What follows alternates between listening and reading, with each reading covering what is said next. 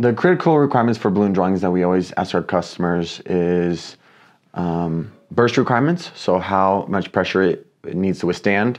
Needs to know like general size. So whether it's diameter, length, or any other shape. If it's a non-common balloon, what the shape looks like.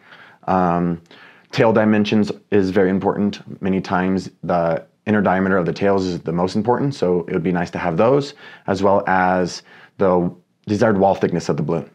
This will come into effect when it comes to burst, the outer diameter of the tails, and almost everything else. So as soon as we get all of those general specifications, we can create our initial balloon drawing. But when it comes to a more aggressive shape or irregular shape, we'll require a little bit more information on like angles and everything. But there are a few instances where we run into customers who don't know exactly what they're looking for. So lots of times we'll go and explain through all of the specifications that we need and why we would need them. Like for the inner diameter of the tails, lots of times that's important when it comes to the application, whether that's being put on a catheter. So generally the inner diameter of the tail needs to be larger than the shaft of the catheter in order to be able to bond it to the catheter.